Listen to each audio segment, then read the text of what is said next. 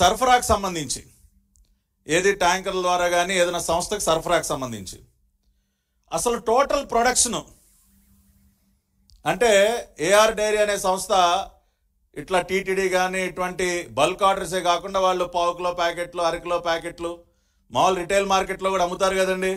So అవన్నీ కూడా కలుపుకుందాం. అవన్నీ కలుపుకొని వాళ్ళ ప్రొడక్షన్ కెపాసిటీ చూడండి. Experience certificate for production of cow ghee at least for 1 year period. వాళ్ళు 1 సంవత్సర కాలాన్ని పరిశీలిస్తే అక్టోబర్ 2022 నుంచి సెప్టెంబర్ 2023 వరకు పరిశీలిస్తే 16,300 kgs to 16,900 kgs per month.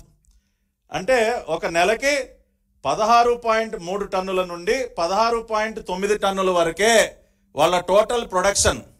ఏది టోటల్ ప్రొడక్షన్?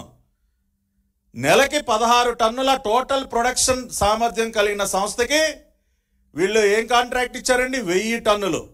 6 నెలల్లో 1000 టన్నులు మీరు ఇచ్చేయండి అని చెప్పి పాపం అత్యంత నమ్మకంతో ఇచ్చారు sir. The great Jagan Reddy ప్రభుత్వం, కరుణాకర్ రెడ్డి చైర్మన్గా వీళ్ళు ఇదిగోండి చేసినటువంటి పాపానికి సంబంధించినటువంటి ఆధారాలు. ఇంకొక ఫ్యాక్ట్, అద్భుతమైనటువంటి, ఇవన్నీ నిజంగా విస్తుపోయేటటువంటి నిజాలు. దీనిలో గీ స్టోరేజ్ కెపాసిటీ, ఆ సంస్థలో ఉన్నటువంటి గీ స్టోరేజ్ కెపాసిటీ ఎంత అని ఉన్నప్పుడు ఇక్కడ చూసారా, storage tank capacity 6 KL, 6 kilolitres అంటే 6 టన్నులు. ఆ సంస్థలో ఉన్నటువంటి స్టోరేజ్ ట్యాంక్ కెపాసిటీ టోటల్ 6 టన్నులు. ఇవాళ టీటీడీకి సరఫరా అయ్యేటువంటి ఒక్కొక్క లారీ 16 టన్నుల లారీ వస్తుంది గీ. 6 టన్నుల స్టోరేజ్ కెపాసిటీ ట్యాంకుతో మీరు 16 టన్నుల లారీ అసలు ఎలా ఫిల్ చేస్తారు సార్? కామన్ సెన్స్ ఆలోచించండి. ఇప్పుడు నా ప్లాంట్లో కేవలం 6 టన్సే నాకు స్టోరేజ్ అండి. 6 టన్స్ స్టోరేజ్తో 16 టన్నుల లారీని ఎలా ఫిల్ చేస్తాను నేను?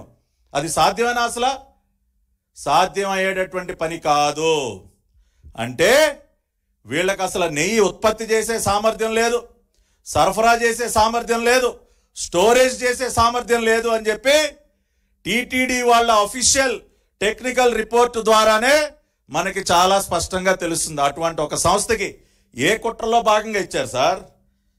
ఇది కుట్రగాక, ఇది తెలిసి చేసినటువంటి పాపం కాక ఇంకేంటని అడుగుతా ఉన్నా.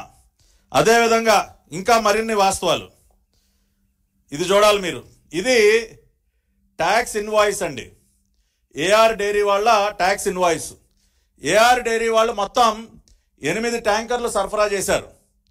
మొదటి 4 ట్యాంకర్లు వాడటం జరిగింది. Second 4 tanker second batch quality మీద కంప్లైంట్స్ రావడంతో అది మన ల్యాబ్కి పంపించాం, అంతా తెలుసు. ఇది చూడండి, ఇదొక మీరందరూ ఆశ్చర్యపోయేటటువంటి విషయం. ఇక డేట్ గమనించాలి మీరందరూ. ఈ డేట్ చూసారా? జూన్ 4, 2024 బిల్ అయిందండి. ఇది ఏఆర్ ఫుడ్స్ వాళ్ళ బిల్. ఇది జూన్ 4, 2024 మొదటి ట్యాంకర్ బయలుదేరింది బిల్ అయ్యి. చూసారు కదా? ఇప్పుడు నెక్స్ట్ డాక్యుమెంట్ చూడండి మీరు. ఈ నెక్స్ట్ డాక్యుమెంట్ చూస్తే కనుక ఇదిగోండి, జూన్ 4 బయలుదేరింది కదండి ట్యాంకు. తిరుమల కొండపైకి ఎప్పుడు చేరుకుంది? 12/6/2020 స్టాంపు, ఇన్గేట్ దగ్గర స్టాంపు. స్టోర్ దగ్గర రిసీవ్ చేసుకున్నది 14/6/2024. జూన్ 4 ఎక్కడ బయలుదేరిందండి? దిండిగల్లో, తమిళనాడులో ఉన్నటువంటి దిండిగల్లో. దిండిగల్ నుంచి తిరుమలకి ఎంత దూరం? 500 కిలోమీటర్లు.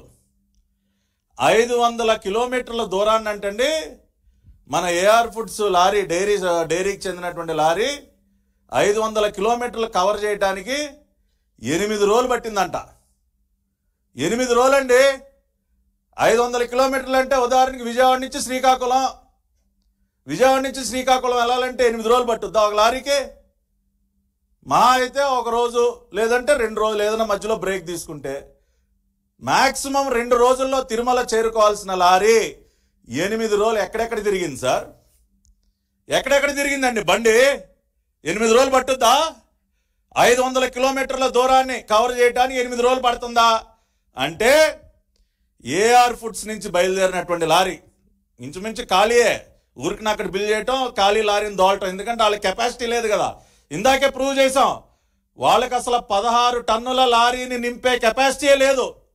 అందుకని ఊరికినే బిల్ చేసి ఆ లారీ ఈ కల్తీ చేసే గోడౌన్లన్నీ తిరిగింది. అది అంతే కదా. 8 రోజులు ఎక్కడ తిరుగుతుంది సార్? 9 రోజులు ఎక్కడ తిరుగుతుంది బండి?